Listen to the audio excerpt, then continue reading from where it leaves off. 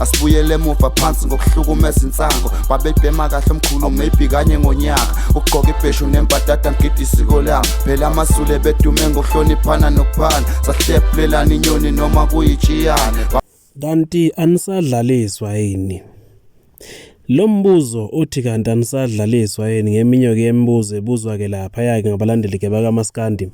Abalandeli ke bakaMaskandi ke basemanzini ke lapha yake emva kokuthi ke kuvela indaba zokubulawa kwalowo ke ongumlandeli ke nomthandi kaMthandeni. Usiqiniseko Mvelaso odumo nje ke lapha ke la kwa TikTok obasiwa ngokwenza ka all live enza ka ma live videos ekhuluma ke nje ke lapha ngomculo ke kaMaskandi. Kubuka ukuthi kudutshulwe ke osukeni ke lwanamhlanje ngomhla ka 28 lapho ke khona ethe kwathelwa ke phansi ngomhla ka 29 empeleni lapha athelwa ke phansi ngoyaba lwezinhlamvu. Usiqiniseko kusolwa ukuthi udutshule ngalesikhathi ke seseku live esakhuluma ke nabalandeli bakhe lapha ku TikTok besazincokolela nje kweswakala kuqhuma ke enhlamvana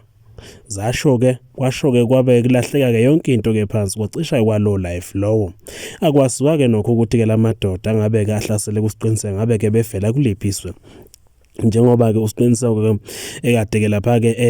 ekhona ke lapha ke ku live kanti ke futhi kusokalala sengazi ukuthi ke kumayelena ke noma ke kuyamelene ke nani ke lapha ke nomculo ke kaMaskandi. Yonke ke lento eyenzakalayo njengoba abantu ke sebesola ukuthi ke kusho ukuthi ke lapha ke kaMaskandi akusadlaliswa izindaba ke zokudlula ke emhlabeni zikasiqiniseko ke Mvelase zidalulo ke yiloko ngubhululu wakhe umngani wakhe ke umfokamhlongo uyena otheke ubesiqinisekisa ukuthi nembala umngani ke wakhe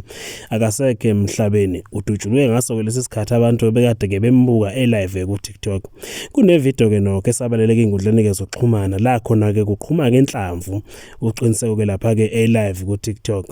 Intatheli ke yaleli phephandaba noma ke yalomsakazo ayikwasanga ukuthi ngithole ke le video ifake ngokwesabela ke lapha ke bakithi ke ezokuphepha phela manje unsinyoso labalinengi kakhulu lapha ke ingudleni ke zokuxhumana ukufaka kwakho ke le video ngahle ukufaka kwenkulu inkingi kodwa ke singaqinisekisa ukuthi ke siyona nje ke lapha ke le channel le video ke sinayo la khona kuqhuma ke inhlamvu qathaka ke ifoni usiqiniseko ekhuluma ke nowesifazane be live nje ku TikTok. Siqiniseko ke Mvelase indaba zakhe siphinde ke futhi ke zaqinisekiswa ke ngudade wabo naye ke otheke uze wazifikela ke mathupha lapha ke khona usiqiniseko Mvelase ethe kwacishela khona dadewabo ubhaleke wathi ke cha kusenani ke insizwa yakethi uma ngabe ke nembala sewedlulile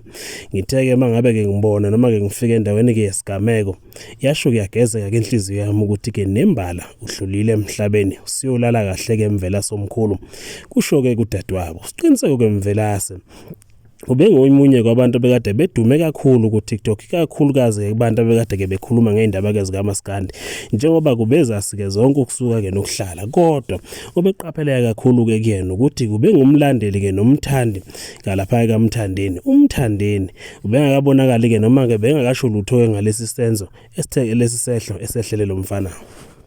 Asibuyele emuva phansi ngokuhlukumeza insango babebhema kahle omkhulu maybe kanye ngonyaka ugqoka ibheshu nembadada ngidi isiko lami phela amasule bedume ngokuhloniphana nokuphana sahlebulelana inyoni noma kuyichiyane.